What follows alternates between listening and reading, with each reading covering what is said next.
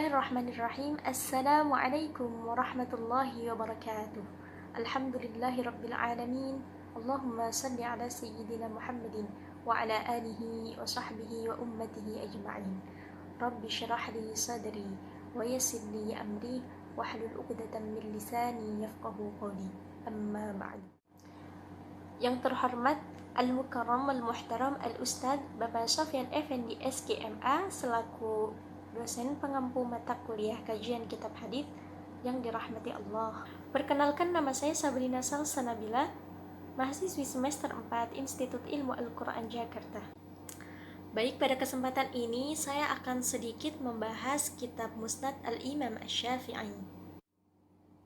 Saudaraku yang dirahmati Allah, untuk mengawali pembahasan ini saya akan sedikit menyampaikan biografi Imam Syafi'i.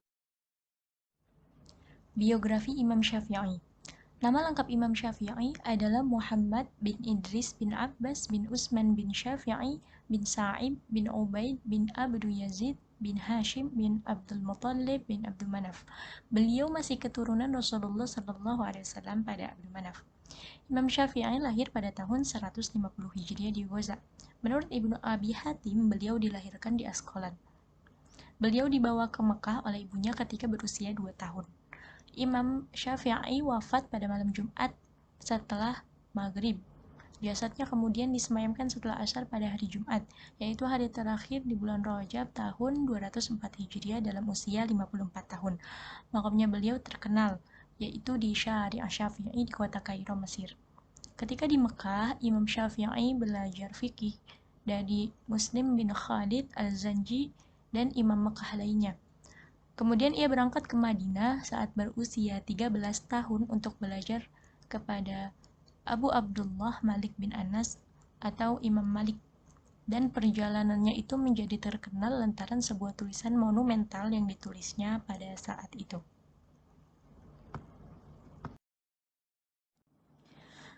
Imam Syafi'i tumbuh besar sebagai anak yatim dalam asuhan ibunya, dengan kondisi ekonomi yang sulit dan memprihatinkan. Sejak kecil ia duduk bersama ulama dan mencatat ilmu yang bermanfaat di atas tulang dan media lainnya lantaran ketidaksetiaan kertas saat itu. Diriwayatkan dari Mus'ab bin Abdullah bin Az-Zubair, dia berkata, di awal masa menuntut ilmu, Imam Syafi'i mempelajari syair, sejarah bangsa Arab, dan sastra, kemudian fiqh. Baik, selanjutnya identifikasi fisiologis kitab Musnad Imam Syafi'i. Kitab Musnad Imam Syafi'i adalah kitab yang berisi hadis-hadis yang disandarkan kepada Imam Syafi'i, yang dimana perawinya pernah disebutkan oleh Imam Syafi'i dalam Berhujjah. Imam Syafi'i tidak menyusun musnad ini, akan tetapi kitab ini disusun oleh sebagian ulama Naisabur atau para murid-murid beliau, yang diambil dari kitab Al-Um dan kitab lainnya yang merupakan karya Imam Syafi'i, dan hasil pendengaran dari Abu Al-Abbas Al-Asham, dari Rabi bin Sulaiman bin Al-Muradi, dari Asy-Syafi'i. Kitab ini mempunyai 2-4 jilid. Cetakan 1436 Hijriah.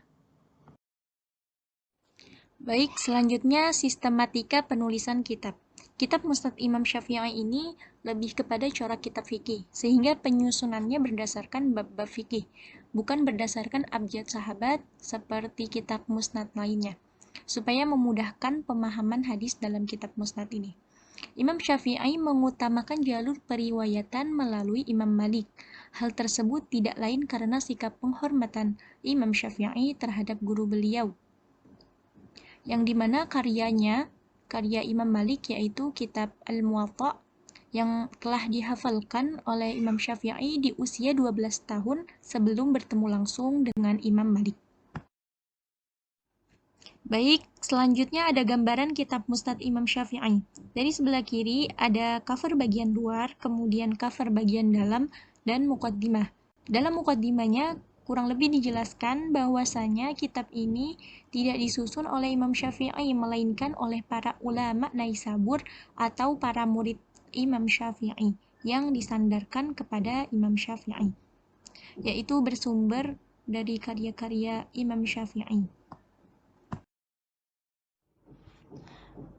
Selanjutnya ada contoh isi kitab Musnad Imam Syafi'i, bisa dilihat teman-teman. Di sini ada bab tentang kiblat sholat.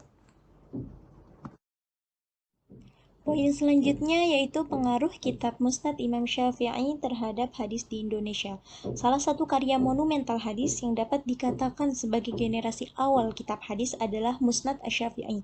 Kitab tersebut adalah sebagai jawaban dari Imam Syafi'i terhadap liarnya penyebaran hadis-hadis yang tidak bersumber kepada Nabi.